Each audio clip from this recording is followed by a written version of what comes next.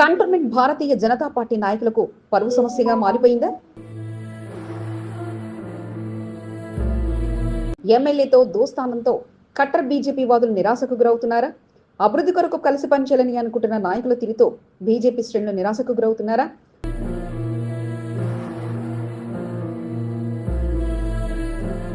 కాంగ్రెస్ నాయకులు బీజేపీపై విమర్శలు చేసిన కీలకమైన నాయకులు ఖండించేందుకు ముందుకు రావడం లేదా?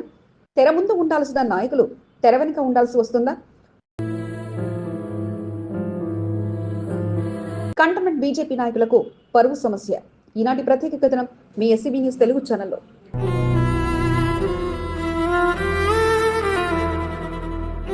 సికింద్రాబాద్ కంటోన్మెంట్ నియోజకవర్గంలో కాంగ్రెస్ బీజేపీ నాయకుల మధ్య ఆసక్తికరమైన పరిణామాలు చోటు చేసుకున్నాయి.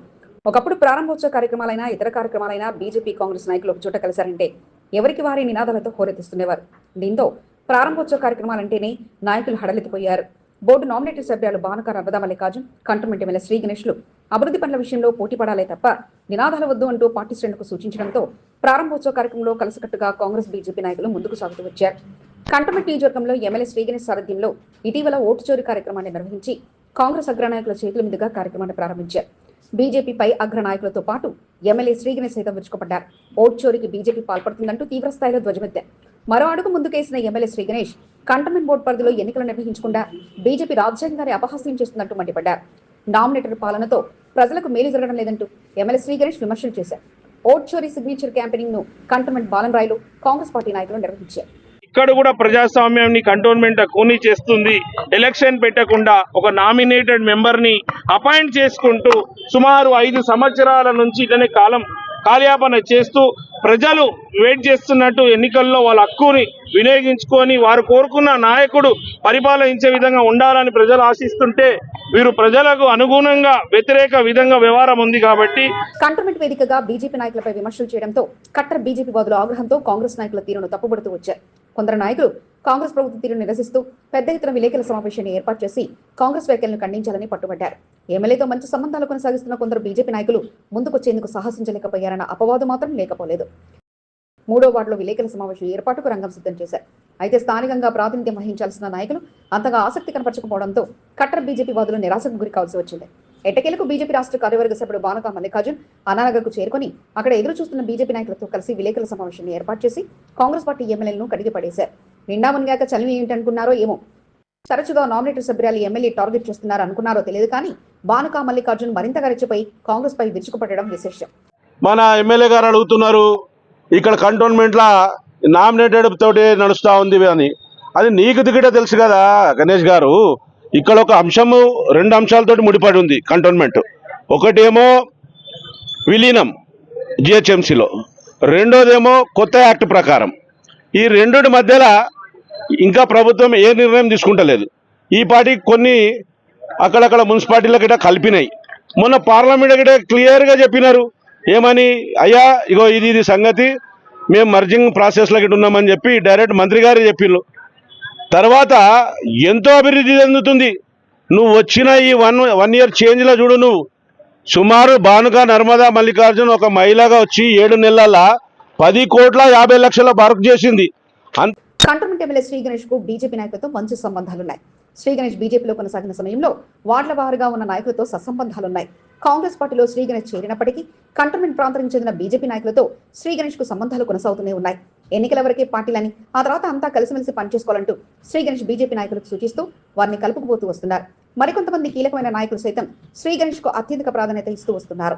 కాంగ్రెస్ నాయకులు బీజేపీని టార్గెట్ చేసుకుని చేసిన విమర్శలకు దీటుగా సమాధానం చెప్పాలని బీజేపీ నాయకులు భావించినప్పటికీ కీలకమైన నాయకులు ముందుకు రాకపోవడంతో అసలు బీజేపీలో ఏం జరుగుతుందంటూ కొందరు సీనియర్ నాయకులు మదనపడాల్సిన పరిస్థితి ఏర్పడింది.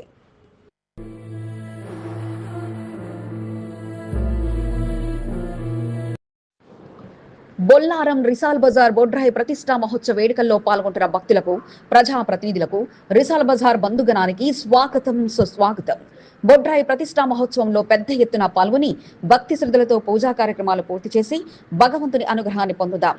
ప్రజలంతా సుఖ సంతోషాలతో ఉండాలని చేపట్టిన బొడ్రాయి ప్రతిష్టా మహోత్సవాన్ని ఘనంగా జరుపుకుందాం.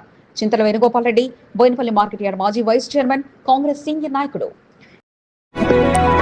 రక్షణ శాఖ కార్యాలయం జారీ చేసిన ఉత్తర్వులు ఇప్పుడు అధికారులను విస్మయానికి గురి చేస్తుందా? ఇకపై మర్యాద ఇచ్చిపుచ్చుకోకపోతే అధికారుల సంగతి అంతేనా?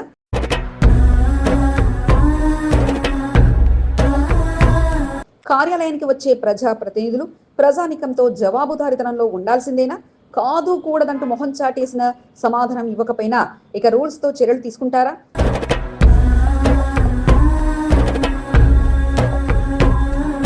ప్రతి ఒక్కరితో మర్యాదగా వ్యవహరించాలంటూ రూల్స్ ని ఇప్పుడు గుర్తు చేయడం వెనుక వస్తున్న ఫిర్యాదులే కారణమా? సమస్యతో వచ్చిన బాధితుడికి మర్యాదగా పలకరించి భరోసాను అందించేది పంపించాల్సిందేనా?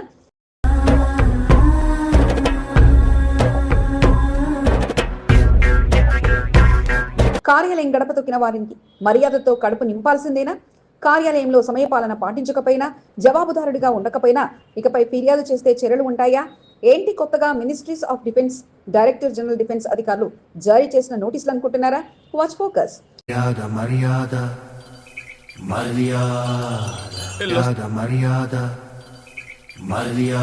కంటోన్మెంట్ బోర్డు ఇక్కడ పాలన చాలా అలగ్. ఇది అందరికీ తెలిసిందే. రాష్ట్ర ప్రభుత్వ అధికారులు అనగానే సమయ పాలనతో పాటు ఇక్కడ పాలన యంత్రాంగం అంతా ఉండడంతో అంతా సమయానికి రావడం, వచ్చిన సిఫార్సు తీసుకుని పరిష్కారానికి కృషి చేయడం జరుగుతుంది. అలా అని కంటోన్మెంట్ బోర్డులో అలాంటి పాలన లేదని చెప్పలేం. కానీ ఎక్కడో ఢిల్లీ నుంచి కేంద్ర ప్రభుత్వ ఆదేశాలతో నడిచే కంటోన్మెంట్ బోర్డులో సిఓ, డిఓలు హెడ్ బాసులుగా ఉంటే కంటోన్మెంట్ సిబ్బంది, ఉద్యోగులు వారి సమయానుగుణంగా ఫీల్డ్ విజిట్లు చూసుకుని బయట పరిస్థితులను వాకప్ చేసే సమయానుకూలంగా వారికి ఇక పని అంతా అయిపోయిందనుకున్న సమయంలో కార్యాలయానికి చేరుకుంటూ ఇది ఎక్కడైనా ఉండేదే. అయితే అలా అని వారు పనికి ఎగరామం పెట్టకపోయినా ఏదో ఒక సమయంలో మాత్రం బయోమెట్రిక్ పంచు వేసి తాము వచ్చామంటూ అటెండెన్స్ వేసుకుంటుండగా ఇక కార్యాలయానికి వస్తే అధికారి వచ్చారో రాలేదో, వస్తారో రారో తెలియని పరిస్థితులు కూడా ఉంటాయి. సీఈఓ పిలిస్తే మాత్రం నిమిషాల్లో పరిగెత్తుకు వచ్చినా బయటి రాష్ట్ర పాలన వేరు, కంటోన్మెంట్ బోర్డు పాలన వేరు అన్న రకంగానే ఉంటుంది.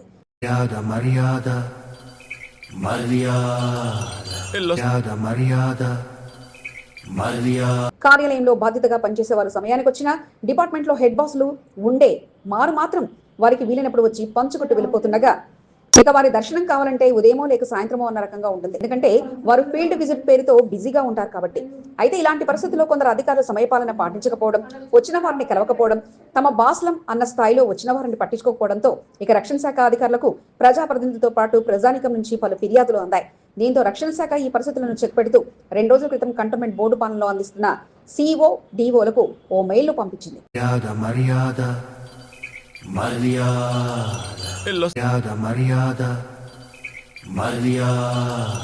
అందులో సారాంశం ఏమిటంటే కంటోన్మెంట్ బోర్డు పాలన అందించే సిఇఓలు, డిఓలు ఉద్యోగులు బాధ్యత వ్యవహరించాలని, అహంకారంగా వ్యవహరించవద్దంటూ దాని సారాంశం కాగా, ప్రజానికానికి జవాబుదారీతనం లేక పలు ఫిర్యాదులు రావడం విస్మయానికి గురి చేస్తుంది.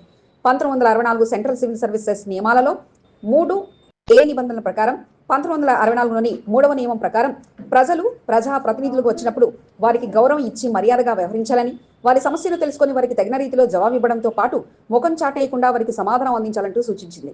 వారి పట్ల స్నేహభావంతో పాటు మర్యాదను ఇచ్చిపుచ్చుకునే విధంగా ఉండాలన్నది అందులోని సారాంశం కాగా, ప్రజల చేత ఎన్నుకోబడిన ప్రజాప్రతినిధులు పాలనలో ముఖ్యులుగా ఉన్న ప్రజానికంతో పాటు కార్యాలయానికి వచ్చే వారికి సమయం కేటాయించి వారి సమస్యలు తెలుసుకోవాలని, సమయపాలన పాటిస్తూ కార్యాలయంలో వారిని కలవడానికి సమయం కేటాయించడంతో పాటు వారికి జవాబుదారుగా కంటోన్మెంట్ బోర్డు సిఇఓ, డిఓలు ఉండాలంటూ వారికి సూచనలు పంపించారు.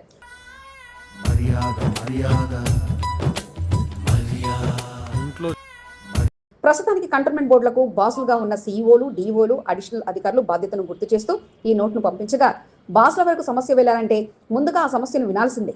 వారికి కింది స్థాయి ప్రతి డిపార్ట్మెంట్లో ఇన్ఛార్జితో పాటు ఉద్యోగులు కాగా, వారి తర్వాతే ఉన్నతాది వరకు వెళ్లి మళ్లీ తిరిగి ఆ డిపార్ట్మెంట్కు చేరి సిఇఓ ఆదేశాలతో పనులు చేయవలసి ఉండగా, కింది స్థాయి అధికారులు జాగ్రత్తగా ఉండి వచ్చే వారి సమస్యను తెలుసుకుని సమస్య అక్కడే పరిష్కరిస్తే పై వరకు వెళ్లే అవసరం ఉండదని అందరికీ తెలిసిన విషయమే కాగా, మరి ఇంత జాగ్రత్తగా కంటోన్మెంట్ బోర్డుల పరిస్థితులపై దృష్టి పెట్టిన కేంద్ర రక్షణ శాఖ అధికారులు వారు జారీ చేసిన ఆదేశాలకు అధికారులు ఎలా పాటిస్తారో వేచి చూడాలి.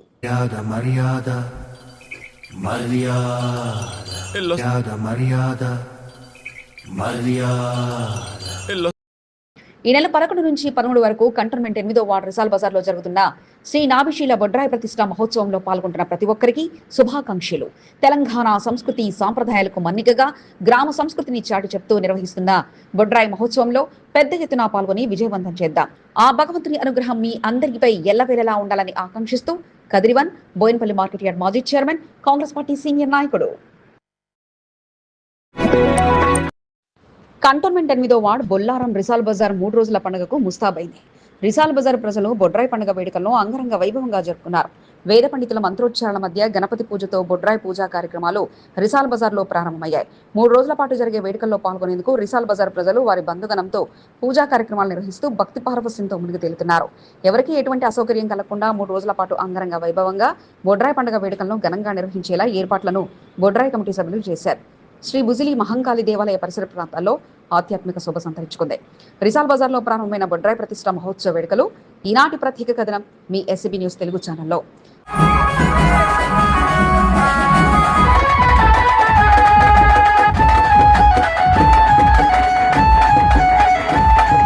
తెలంగాణ సంస్కృతి సాంప్రదాయాలకు మన్నికగా గ్రామ సాంప్రదాయాలను చాటి చెప్పేలా కంటోన్మెంట్ 8వ వార్డు రిసాల్ బజార్లో బొడ్రాయి ప్రతిష్ఠా మహోత్సవాలు ప్రారంభమయ్యాయి. శనివారం నుండి సోమవారం వరకు రిసాల్ బజార్లో బొడ్రాయి ప్రతిష్ఠా మహోత్సవ పూజా కార్యక్రమాలు కనల పండుగగా కొనసాగుతున్నాయి. బ్రహ్మశ్రీ దోర్బల గుణాకర్ శర్మ సారథ్యంలో వేద పండితులు బొడ్రాయి ప్రతిష్ఠ పూజా కార్యక్రమాలను శనివారం ప్రారంభించారు. మొదటి రోజు అత్యంత వైభవంగా గురువందనం, శాంతి మంత్రం, వేద స్వస్తి, మహాగణపతి పూజ, రక్షాబంధనం తదితర పూజా కార్యక్రమాలు జరిగాయి. మధ్యాహ్నం మంగళహారతి నిర్వహించి బొడ్రాయి ఊరేగింపును ప్రారంభించారు.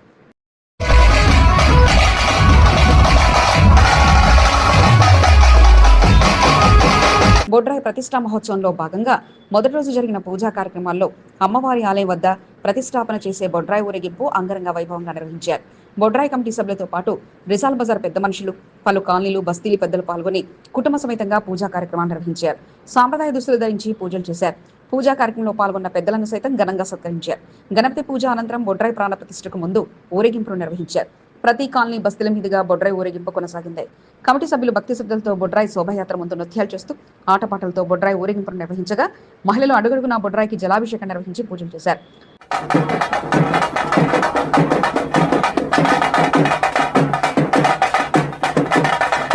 కంటోన్మెంట్ 8వ వార్డు రిసాల్ బజార్ సందడిగా మారింది. 3 రోజుల పాటు జరిగే బొడ్రాయి ప్రతిష్ఠా మహోత్సవ వేడుకల్లో పాల్గొనేందుకు రిసాల్ బజార్కు చెందిన ఆడపడుచులతో పాటు వారి బంధుగణం తరలివచ్చారు. 3 రోజుల పాటు బొడ్రాయి పండుగ వేడుకల్లో రిసాల్ బజార్ వాసులు పాల్గొనున్నారు. కలిసికట్టుగా పూజా కార్యక్రమం నిర్వహిస్తూ పెద్ద ఎత్తున ప్రతిరోజు మధ్యాహ్నం అన్నదాన కార్యక్రమాన్ని కొనసాగిస్తున్నారు. భక్తులు పెద్ద సంఖ్యలో తరలివచ్చి బొడ్రాయి పండుగను తిలకిస్తూ అమ్మవారి కృపకు పాత్రలవుతున్నారు.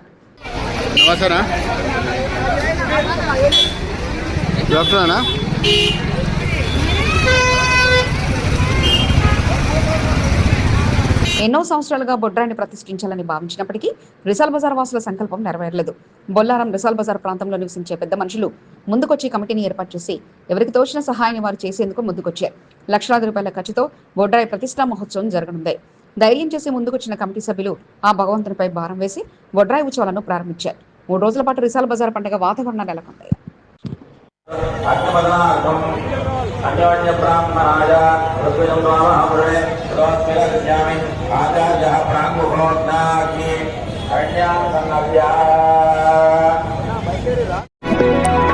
కాంగ్రెస్ పార్టీ బలోపేతంలో జిల్లా అధ్యక్షులు పాత్ర కీలకంగా ఉంటుందని కంటోన్మెంట్ ఎమ్మెల్యే శ్రీ గణేష్ అన్నారు.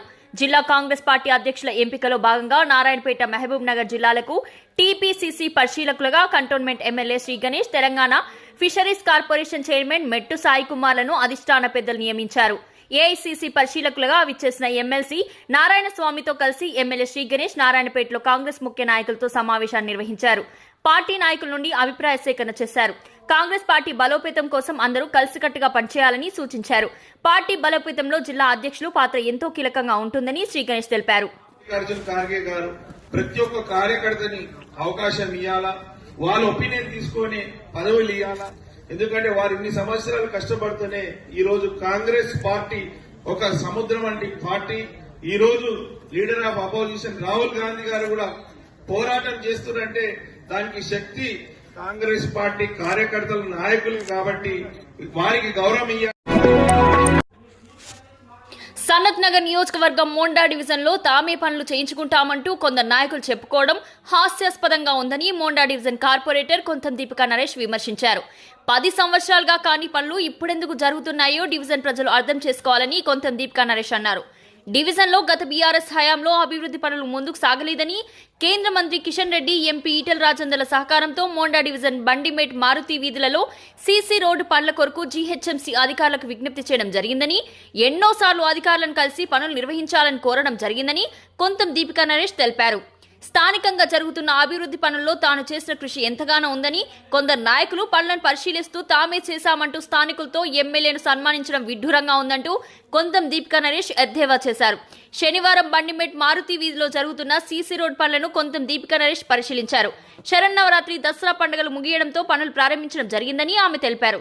డివిజన్ అధ్యక్షుడు ప్రశాంత్, జిత్తు, కమిటీ సభ్యులు అరుణ్, గణేష్, నర్సింగ్లతో పాటు పలువురు పాల్గొన్నారు. సంవత్సరాల నుండి కూడా ఇక్కడ అధికారంలో ఎవరున్నారు, ఇక్కడ స్థానికంగా ఎమ్మెల్యే ఎవరున్నారు, మరి అధికారంలో ఉన్న ఎమ్మెల్యే ఇన్ని రోజులు పట్టించుకొని పనులు ఇప్పుడు సడన్ గా ఎందుకైనాయో ఒక్కసారి మీరు గమనించాలి. ఎందుకంటే లాస్ట్ టర్మ్ లో అయితే ఎమ్మెల్యే బీఆర్ఎస్ వాళ్ళే ఉండే, కార్పొరేటర్ బీఆర్ఎస్ ఉండే. అప్పుడు వారికి లేని చిత్తశుద్ధి ఇప్పుడు సడన్ ఎందుకు వచ్చిందో వాళ్ళని ఒకసారి తెలుసుకోవాల్సిన అవసరం ఉన్నది. ఇది యాజ్ అ లోకల్ కార్పొరేటర్ నేను ఇక్కడ బస్తీలలో ప్రతి ఇంటింటికి తిరుగుతూ, ప్రతి బస్తీలో తిరుగుతూ సమస్యలను తెలుసుకొని అధికారులకు లెటర్లు ఇస్తూ, ఓకే నో డౌట్ ఎమ్మెల్యేలకు కూడా నేను కలిసినప్పుడు చెప్తా. ఎందుకంటే ఎలక్షన్స్ టైంలోనే మాకు పార్టీలు ఎలక్షన్స్ అయిపోయిన తర్వాత ఏదైనా మేము పబ్లిక్ డెవలప్మెంట్ కోసమే పనిచేస్తాం. కాబట్టి నేను కూడా చాలా సార్లు ఎమ్మెల్యే గారికి చెప్పడం జరిగింది, మా స్థానిక ఎంపీ కిషన్ రెడ్డి గారికి కూడా చెప్పడం జరిగింది ఇవి శాంక్షన్స్ కోసము. కాకపోతే ఇక రాజకీయాలు ఎట్లుంటే అందరికీ తెలుసు, మేమే చేపిస్తున్నామని. ఇప్పుడు కొత్త ఎమ్మెల్యే రాలేదు, కొత్త ప్రభుత్వం మీది ప్రభుత్వం లేదు. సో అవన్నీ ఒక్కసారి మీరు దృష్టిలో పెట్టుకోవాలని మనం. కుర్మ సంఘం శ్మశాన వాటిక స్థలాన్ని కాపాడేందుకు రాష్ట్ర అధ్యక్షుడు రంగంలోకి దిగారు. మొన్నటి వరకు కుర్మ సంఘం నాయకులు పోరాటం చేస్తూ కబ్జా కోరలో ఉన్న స్థలాన్ని రక్షించుకునేందుకు ప్రయత్నాలు చేస్తూ వచ్చారు. వీరికి తోడుగా మాజీ మంత్రి తలసాని శ్రీనివాస్ యాదవ్ సైతం కుర్మ సంఘం శ్మశాన వాటికను కాపాడాలంటూ కుర్మ సంఘం చేస్తున్న పోరాటానికి మద్దతుగా నిలిచారు. ఇక రాష్ట్ర స్థాయి నాయకులు బన్సలాల్పేట కుర్మ సంఘం శ్మశాన వాటికపై దృష్టి పెట్టి సొంత ఖర్చులతో సీనియర్ అడ్వకేట్లను ఏర్పాటు చేసి కబ్జా కోరల్లో ఉన్న స్థలాన్ని పరిరక్షించుకునేందుకు పక్కా ప్రణాళికలు సిద్ధం చేశారు. కబ్జా కోరల్లో బన్సలాల్పేట కుర్మ సంఘం శ్మశాన వాటిక రంగంలోకి దిగిన కుర్మ సంఘం రాష్ట్ర అధ్యక్షుడు మాజీ ఎమ్మెల్సీ యోగి మల్లేష్ ఈనాటి ప్రత్యేక కథనం మీ ఎస్సీబీ న్యూస్ తెలుగు ఛానల్లో.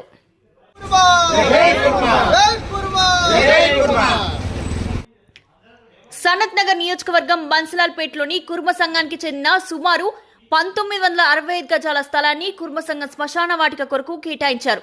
పూర్వకాలం నుండి శ్మశాన వాటిక వాడకంలో ఉంది. రాను రాను శ్మశాన వాటిక స్థలంలో వ్యాపార సముదాయాలు వెలిశాయి. శ్మశాన వాటికపై కుర్మ సంఘం సభ్యులు అంతగా పట్టించుకోకపోవడంతో స్థానికంగా కొనుగోలు, అమ్మకాలు జరగడంతో పాటు నిర్మాణాలు జరుగుతూ వచ్చాయి. కుర్మ సంఘం శ్మశాన వాటికకు కేటాయించిన పత్రాలు లభించడంతో కుర్మ సంఘం సభ్యులు కబ్జా కోరలో ఉన్న శ్మశాన వాటికను కాపాడుకునేందుకు పోరాటానికి సిద్ధమయ్యారు. మనము ఒక 1 మంత్ పోరాడిన తర్వాత ఆర్టీఓ దీనికి వాళ్ళ టీఎస్ఎల్ఆర్ కాపీ ఏదైతే 1965లో టీఎస్ఎల్ఆర్ కాపీ ఉందో దాంట్లో రికార్డ్ తీసుకొచ్చి మనకు చూపించడం జరిగింది. 16 గుంటల 18 స్క్వేర్ యార్డ్ అంటే దగ్గర 1965 గజాలు ఉందనేది వాళ్ళు మనకు ఒక ఆన్ పేపర్ రికార్డ్ ఇచ్చారు. ఆ పేపర్ రికార్డు మనకి బలమైంది.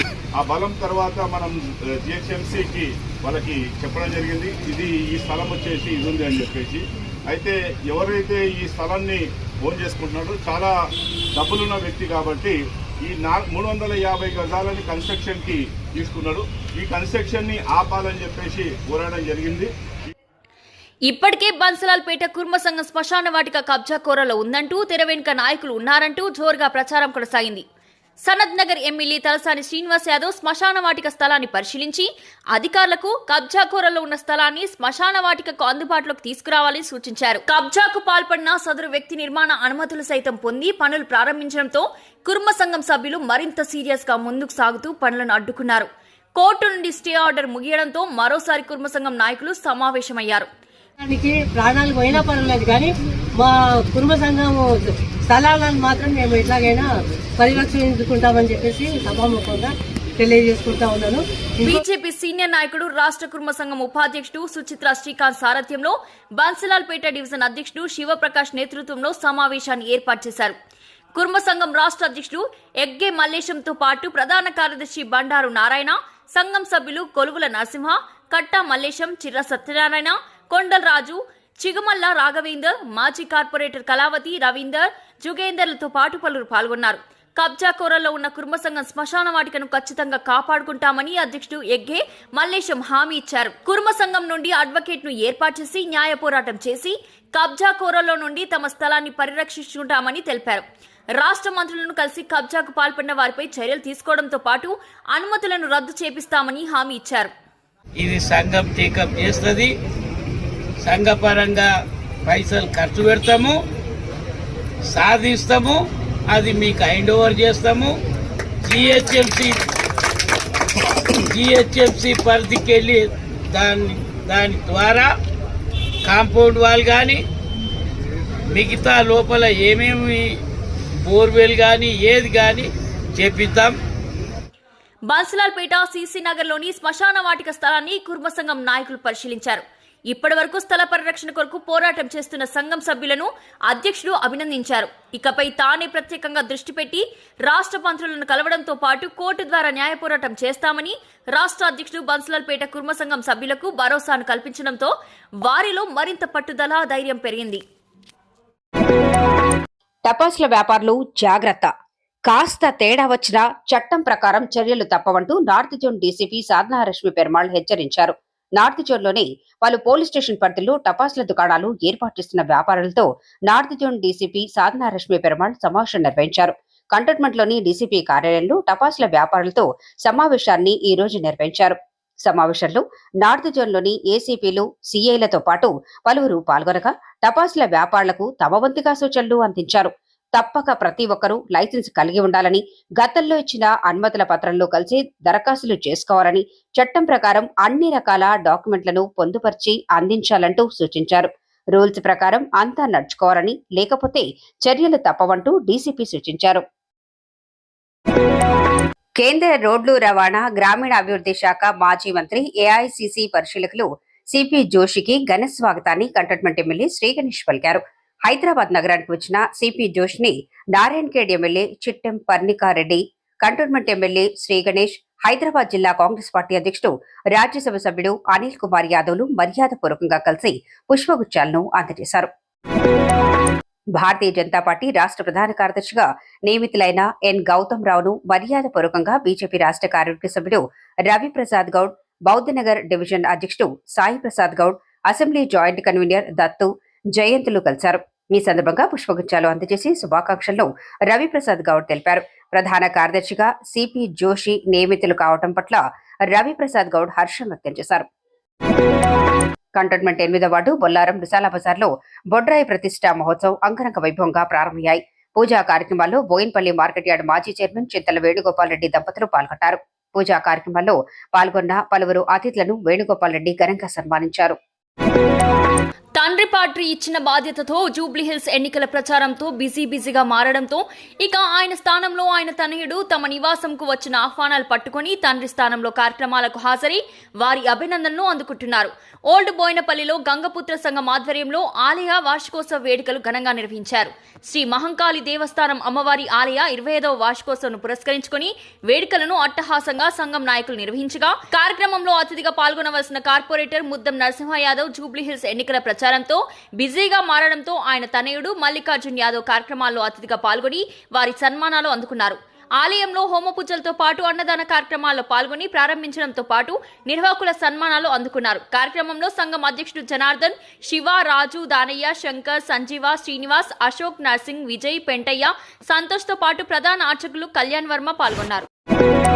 కంటోన్మెంట్ 6వ వార్డులోని మహాత్మానగర్ మసీద్ వ్యవహారంపై మైనార్టీ నాయకులు బోయిన్పల్లి పోలీస్ స్టేషన్లో ఫిర్యాదు చేశారు.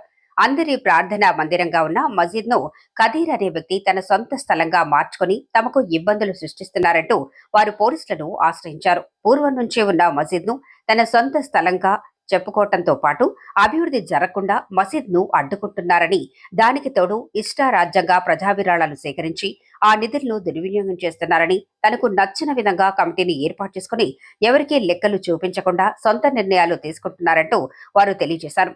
చట్టవిరుద్ధంగా మసీదు పత్రాలను తన వద్ద ఉంచుకొని ఇదంతా తన ఆస్తి అంటూ కదీర్ వ్యవహరిస్తున్నారని, ఈ విషయంపై వెంటనే దర్యాప్తు జరిపి చర్యలు తీసుకోవాలంటూ బోయిన్పల్లి పోలీసులకు ఫిర్యాదు చేశారు.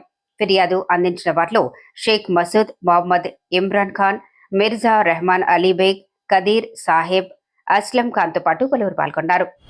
तो ये क्या है, इन लोग ऐसी मुहिम चला रही कि बाहर वाला कोई आना नहीं और किसी को इन लोग अपना मतलब देते नहीं अपन कब अभी हम जो है सो बातचीत करने आए थे तो इन लोग हमारे सो है हमारे बच्चों को तो हम आके बोइनपल्ली PS में कंप्लेंट दिए सो है। మూసీ నది పొంగి పొర్లడంతో వరదల్లో నష్టపోయిన కుటుంబాలకు తమ వంతు సహాయం అందించే పనిలో కాన్ఫరెన్స్ ఆఫ్ రిలీజియస్ ఇండియా నిర్వాహకులు నిమగ్నమయ్యారు.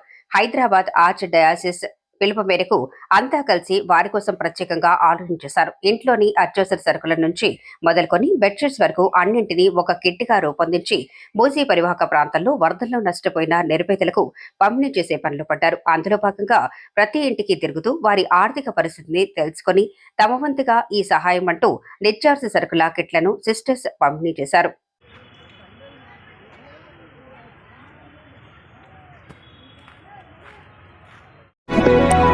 కంటోన్మెంట్ 5వ వార్డ్ కార్ఖానా గృహలక్ష్మి కాలనీలోని క్లారా ప్లే స్కూల్లో గ్రాండ్ పేరెంట్స్ డే వేడుకలు సందడిగా సాగాయి. ప్లే స్కూల్లో చదువుతున్న చిన్నారులు తమ తాత, అమ్మమ్మ, నానమ్మలతో కలిసి పాఠశాలకు వచ్చారు. గ్రాండ్ పేరెంట్స్ డే సందర్భంగా స్కూల్కి వచ్చిన వారికి ఆటపాటలను నిర్వహించారు.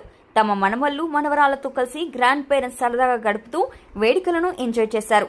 చదువులే కాదు ఆటపాటలు సైతం ముందుండాలనే ఉద్దేశంతో ప్రత్యేకంగా వేడుకలు నిర్వహించడం జరిగిందని క్లారా ద స్కూల్ నిర్వాహకులు రమాదేవి తెలిపారు.